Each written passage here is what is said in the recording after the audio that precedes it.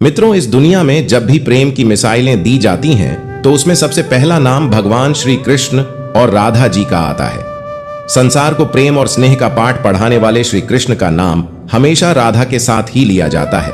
सदियों से राधा कृष्ण के अमर प्रेम की कहानी उदाहरण के रूप में पेश की जाती है। राधा श्री कृष्ण के प्रेम को जीवात्मा और परमात्मा का मिलन कहा जाता है। धार्मिक ग्रंथों के मुताबिक श्री कृष्ण को अपार प्रेम का प्रतीक माना जाता है और पुराणों के अनुसार ऐसा माना जाता है कि श्री कृष्ण की 16,108 रानियां थीं, जिनमें से रुक्मणी और सत्यभामा उनकी सबसे प्रिय रानियां थीं।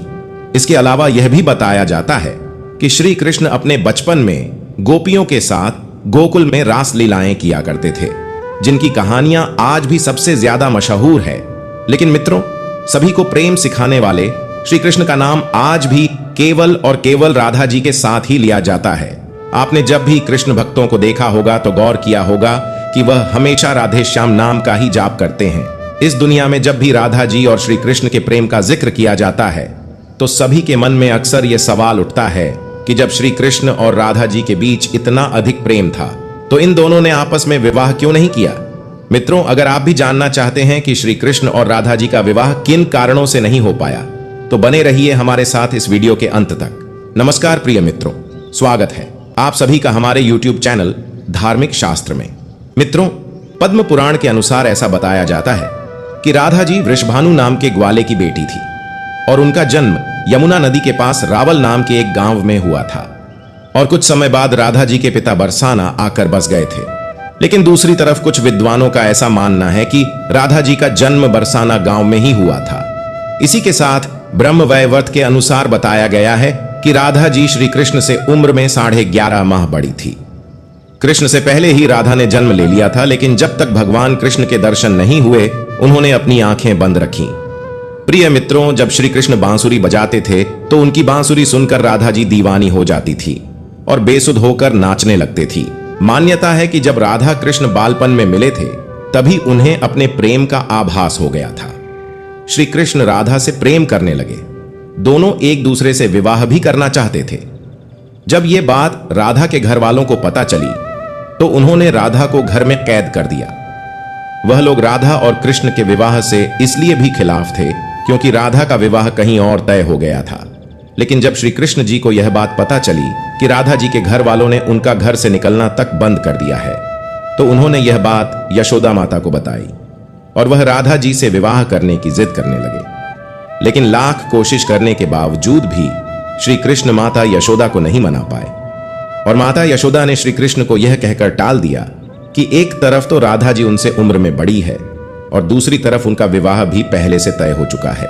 यशोदा माता ने जब यह बात नंद महाराज को बताई तो उन्होंने भी श्री कृष्ण को बहुत समझाया और राधा जी से विवाह न करने की सलाह दी।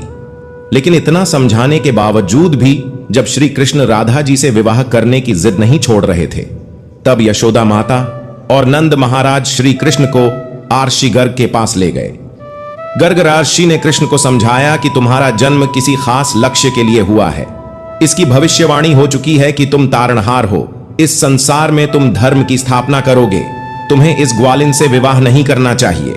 तुम्हारा एक खास लक्ष्य है। तब श्री कृष्ण कहते हैं कि मुझे नहीं बनना तारणहार। मैं तो अपने गायों, ग्वालिनों और इन नदी पहाड़ों के बीच ही रहकर प्रसन्न और आनंदित हूं। और यदि मुझे धर्म की स्थापना करनी है तो क्या मैं इस अधर्म के साथ शुरुआत करूं कि जो मुझे चाहती है और जिसे मैं प्रेम करता हूं उसे छोड़ दूं?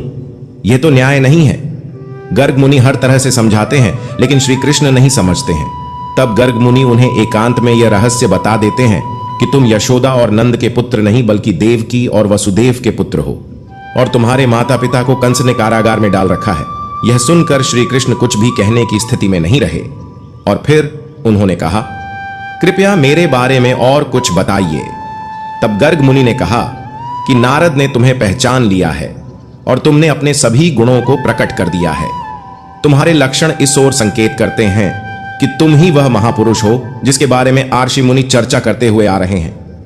यह सुनकर श्री कृष्ण चुपचाप उठे और गोवर्धन पर्वत की सबसे ऊंची चोटी पर जाकर अकेले आकाश को देखने लगे। बस वे वहीं दिन भर रहे और सूर्यास्त के समय ज्ञान को उपलब्ध हो गए। वहीं से उनकी दशा और दिशा बदल गई। तभी से श्री कृष्ण और राधा जी के बीच दूरियां पैदा होने लगीं। कुछ समय बाद श्री कृष्ण जब और बड़े हुए तो उन्हें कंस के बुलाने पर वृंदावन छोड़कर मथुरा जाना पड़ा। कहा जाता है कि जब श्री कृष्ण वृंदावन छोड़कर मथुरा जा रहे थे तो वे चुपके से राधा जी के घर उनसे मिलने पहुंचे थे और उनसे बिना कुछ कहे ही उन्हें अपनी बांसुरी तोहफे में दे दी थी। इसके कुछ समय बाद ही श्री कृष्ण बड़े भाई बलराम जी के साथ वृंदावन को छोड़कर मथुरा की ओर रवाना हुए। उन्होंने राधा से वादा किया था कि वह वापस लौटेंगे, लेकिन वह कभी वापस नहीं आए और न ही राधा जी के मथुरा या द्वारका जाने का जिक्र मिलता है। श्री कृष्ण के मथुरा जाने के बाद राधा जी उनकी याद में फूट फूट कर रोया करती थी और फिर इसके बाद राधा जी ने अपने माता पिता की इच्छा अनुसार विवाह कर लिया और अपनी एक अलग दुनिया बसा ली। विवाह के बाद राधा जी को जब भी श्री कृष्ण की याद आती तो वो उनकी बांसुरी बजाकर उनकी यादों में लीन हो जाया करती थी। एक मत यह भी है कि राधा रानी ने ही श्री कृष्ण से विवाह के लिए मना किया था। राधा यशोदा पुत्र कान्हा से प्रेम करती थीं, लेकिन जब वह मथुरा गए तो राधा रानी खुद को महलों के जीवन के लिए उपयुक्त नहीं मानती थीं। लोग चाहते थे कि श्री कृष्ण एक राजकुमारी से विवाह करें, इसलिए राधा ने श्री कृष्ण से विवाह न करने की ठान ली। यह भी कहा जाता है कि राधा को महसूस हो चुका था कि श्री कृष्ण भगवान का अवतार है और वह खुद को एक भक्त मानने लगी थीं। राधा श्री कृष्ण की भक्ति में लीन हो चुकी थीं और वह भगवान से विवाह नहीं कर सकती थीं। एक कारण यह भी बताया जाता है कि श्री कृष्ण का राधा से विवाह न करना मनुष्यों को प्रेम की असली परिभाषा से परिचित कराना था।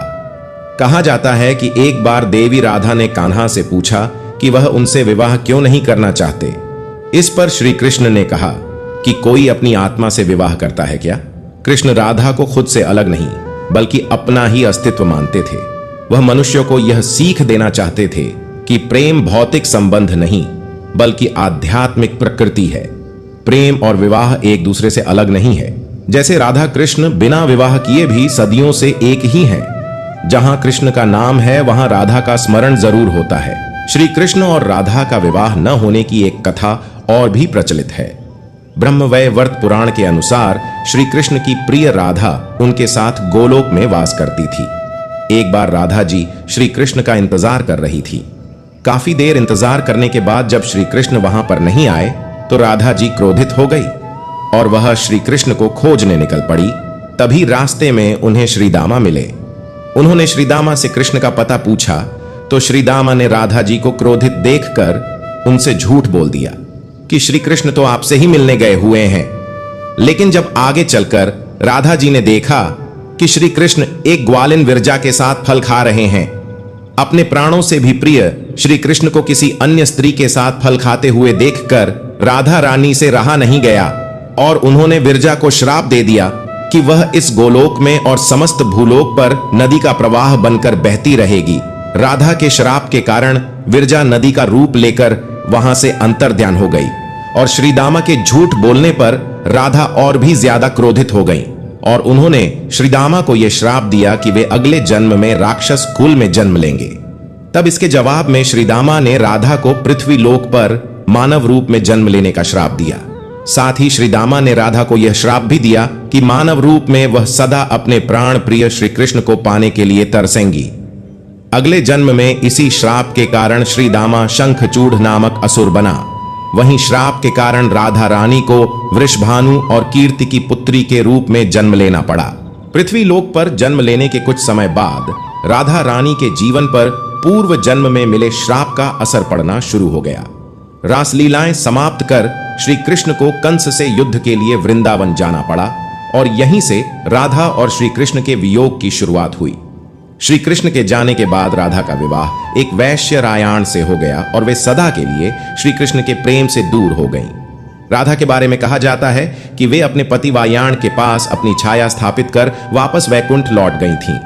तो इस तरह श्रीदामा के श्राप के कारण राधा और श्री कृष्ण का मिलन नहीं हो पाया था, लेकिन इनका प्रेम आज भी अजर अमर है। तो प्रिय मित्रों, इसी के साथ आज की वीडियो में बस इतना ही। जय श्री कृष्ण, राधे राधे।